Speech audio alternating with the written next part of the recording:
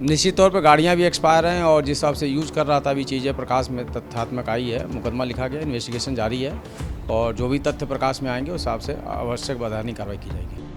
उत्तर प्रदेश के गाजियाबाद में फर्जी दूतावास चलाने वाला नटवरलाल हर्षवर्धन कबाड़ के भाव में गाड़ियां खरीदकर गोरख धंधा संचालित कर रहा था। गाड़ियों को मॉडिफाई करके उसने इम्पोर्टेड लुक देने की कोशिश की थी ताकि लोगों को इम्प्रेस कर सके। पकड़ी गई 4 गाड़ियों में 3 दिल्ली के अलग अलग पदों पर रजिस्टर्ड है, जबकि एक गाड़ी संडीला हरदोई उत्तर प्रदेश जिले की बताई जा रही है। गाजियाबाद पुलिस अभी इन गाड़ियों पर एनजीटी की रूलिंग के तहत कार्रवाई करने का मन बना चुकी है। इसी पर हमारे संवाददाता की ये रिपोर्ट देखिए। फर्जी दूतावास चलाने में पकड़ा गया हर्षवर्धन तमाम तरह के फ्रॉड कर रहा था। उसमें अगर हम बात करें गाड़ियों की तो आप देख सकते हैं ये हुंडई की गाड़ी है। इसमें इसने इस तरह से ऑनरेबल काउंसलर बना लिखा हुआ है और इसके अलावा CDI 08 करके, ताकि ये देखने से ये लगे कि ये गाड़ी किसी दूतावास की है और बिना किसी रोक टोक के इसकी ये गाड़ी मूवमेंट कर सके, कहीं चेकिंग ना हो। और आपको बता दें ये जो इसने गाड़ी खरीदी हुई है दिसंबर 2004 की है, यानी कि ये पूरी तरह से दिल्ली NCR में जो NGT के रूल्स हैं, सुप्रीम कोर्ट के जो आदेश हैं उसके मुताबिक इस गाड़ी को अनरजिस्टर्ड हो जाना चाहिए था, लेकिन फिर भी ये गाड़ी चला रहा है। ये गाड़ी पंजाबी बाग के शिवाजी पार्क H10 नाम से रजिस्टर्ड है और किसके नाम से रजिस्टर्ड है वो चीज़ बहुत क्लियर नहीं हो पाई है। लेकिन अब हम अगर बात दूसरी गाड़ी की करें तो ये सामने एक मर्सिडीज़ गाड़ी आपको दिखाई दे रही है। इस मर्सिडीज़ गाड़ी को भी इसने रजिस्टर्ड कराया हुआ। इसमें भी उसी अंदाज में इसने एक ड्रामा सा रचा हुआ है और इसमें लिखा हुआ है ऑनरेबल काउंसिल और उसके बाद CDI 03, यानी कि जब वो चले तो ये गाड़ी लेकर के निकले तो उसे मालूम पड़े, जो भी देखे तो उसको BBIP ट्रीटमेंट मिले। और उसने इस बात को कबूला भी है कि जब वह किसी दूतावास में जाता था संपर्क करने, बात करने के लिए, तो वो किस तरह से उसको वहाँ पर बिना किसी रोक टोक के एंट्री मिल जाती थी। इस गाड़ी की अगर हम बात करें तो ये गाड़ी 202 मैत्री apartment plot number 29 sector 9 Rohini north west के नाम से रजिस्टर्ड है और ये केशवराम जैन के नाम से रजिस्टर्ड की गई है। इसके बाद अगर हम आएँ तो अपने कैमरा पर्सन से कहेंगे दिखाएं। ये गाड़ी जो सामने आप देख रहे हैं इसको भी इसी तरह से पूरी तरह से नंबर प्लेट, इसमें एम्बेसी की स्टाइल में नंबर प्लेटें लगाई गई हैं और इन नंबर प्लेट में भी जो कलर दिया गया है वो ब्लू रंग का दिया गया और नीचे CDI 04 लिखा हुआ है।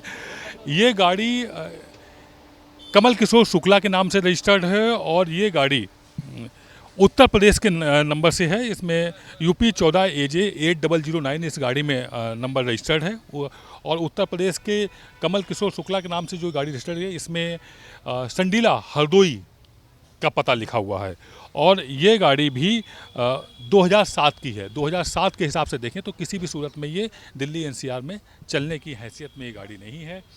इसी तरह जो चौथी गाड़ी है वो हुंडई की सोनाटा ही है, लेकिन उसने उसको पूरी तरह से मॉडिफाई किया हुआ है और मॉडिफाई करके उसको इंग्लिश लुक देने की कोशिश की है जैसे वो गाड़ी कहीं विदेश से मंगाई गई है।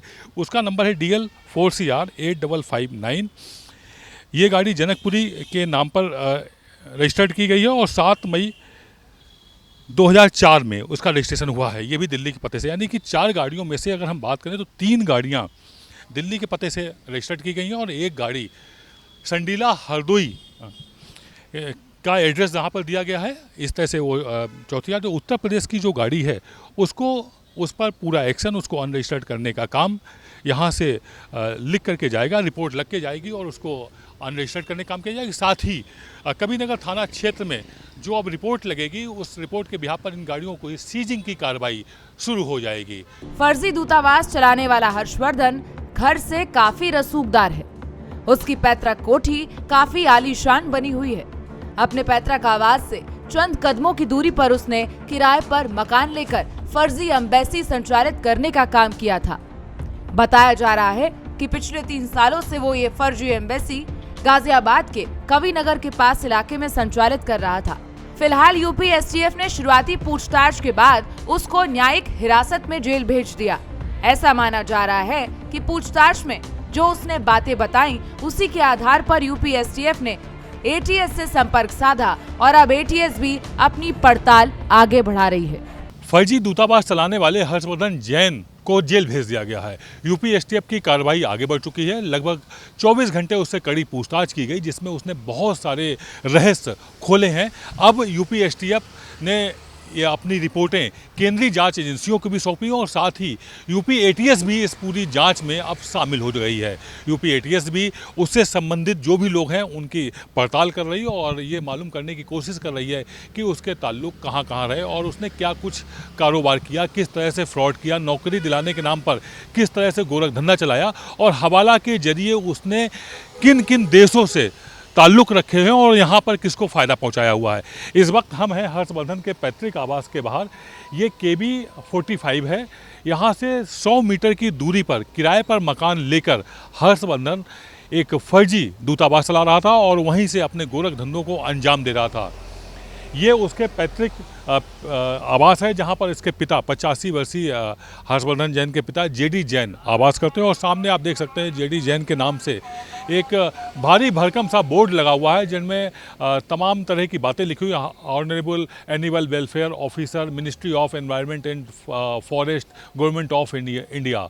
तो इस तरह की बात लिखी हुई, जबकि जो उसने कबूला है उसके मुताबिक JD जैन एक उद्योगपति हैं और ये जैन फ्लोर मिल चलाते थे यहाँ पर। इसके अलावा उसने जो बातें कबूली हैं उनसे एक बात तो साफ हो गई है कि इसका जो नेक्सस है वो इंटरनेशनल लेवल पर है और पिछले 3 सालों से यहाँ पर ये दूतावास चला रहा था और स्थानीय पुलिस को किसी तरह की कोई भनक नहीं थी, कोई जानकारी नहीं थी।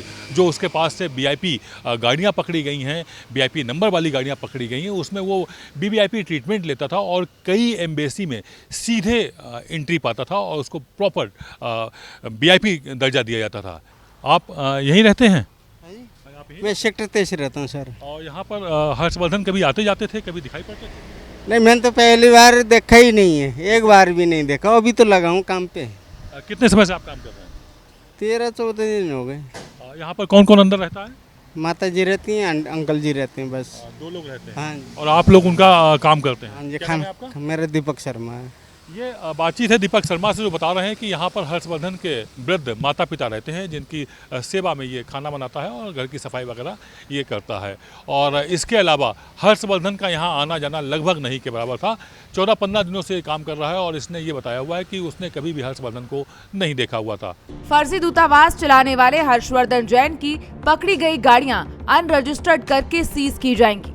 Assistant police commissioner traffic Sachidanand ने बताया कि NGT रूलिंग के मुताबिक जब्त की गई गाड़ियों पर एक्शन लिया जाएगा। उन्होंने कहा कि एम्बेसी के रंग में नंबर प्लेट का इस्तेमाल करके ये अपने फर्जीवाड़े को अंजाम देने का काम करता था। फर्जी दूतावास मामले में हर्षवर्धन, जो कि नटवर लाल है, मास्टरमाइंड है, उसकी 4 गाड़ियां गाजियाबाद के थाने में रखी गई हैं, कबीरनगर थाने में। और इस वक्त हमसे बात करने के लिए additional DCP traffic Ghaziabad Sachidanand ji. Sir, आपसे समझना चाहेंगे, ये जो 4 गाड़ियाँ हिरासत में एक तरह से कस्टडी में ले ली गई हैं, तो इसमें क्या कुछ चीज़ें जांच में सामने आ रही हैं? देखिए, जो फर्जी दूतावास के मामले में उसकी गिरफ्तारी भी हुई है और 4 गाड़ियां उससे बरामद हुई थी और उस गाड़ियों का जब डिटेल निकलवाई गई ऐप के माध्यम से, तो 2 उसमें सोनाटा गाड़ी है और एक ऑडी गाड़ी है और एक जो है मर्सिडीज बेंज है, जिसमें एक गाड़ी को छोड़ के तीनों गाड़ियों की जो डेट है वो 15 साल एक्सपायर है। और ये गाड़ियाँ उसी मुकदमे में जो है, जो अभियोग पंजीकृत हुआ है, उसी में कब्जे में ली गई हैं और अग्रिम जो भी वैधानिक कार्रवाई है वो चल रही है। क्या माना जाए कि इन गाड़ियों का भी इस्तेमाल ये अपने इस तरह से जो भी फर्जीवाड़ा कर रहा था उसमें करता था क्या? निश्चित तौर पर गाड़ियां भी एक्सपायर हैं और जिस हिसाब से यूज कर रहा था भी चीज़ें प्रकाश में तथ्यात्मक आई है। मुकदमा लिखा गया, इन्वेस्टिगेशन जारी है और जो भी तथ्य प्रकाश में आएंगे उस हिसाब से आवश्यक वैधानिक कार्रवाई की जाएगी। ट्रैफिक रूल के हिसाब से ये गाड़ियाँ तो अनरजिस्टर्ड हो जानी चाहिए, 3 गाड़ियाँ कम से कम, लेकिन ये उसके बाद भी VIP नंबर प्लेट लगा के एक एम्बेसी का रूप दे करके इस्तेमाल कर रहा था। सर, इसमें देखिए 3 गाड़ियां जो हैं DL नंबर पे है और एक गाजियाबाद की है। तो इसमें निश्चित तौर पे अगर NGT के रूल्स की बात करें तो ये गाड़ियां तीनों जो है सड़क पे चलने लायक नहीं थी, सीज हो जानी चाहिए थी। चूँकि अब एम्बेसी का यूज करके इन्होंने अपने पद का मिसयूज किया और फर्जीफिकेशन किया है, तो उसमें जो भी वैधानिक कार्रवाई कर रही है और आगे जो भी इसमें लीगल प्रोसेस होगा उसमें इनके गाड़ियों के विरुद्ध भी कार्रवाई होगी। ये थी हमारी खास बातचीत सच्चिदानंद जी से, जिन्होंने स्पष्ट किया हुआ है कि इसमें जो भी लीगल एक्शन लेना होगा वो ट्रैफिक पुलिस के द्वारा गाड़ियों के संदर्भ में लिया जाएगा। कैमरा पर्सन हुकुम सिंह के साथ आदित्य द्विवेदी, भारत एक्सप्रेस, कबीरनगर, गाजियाबाद।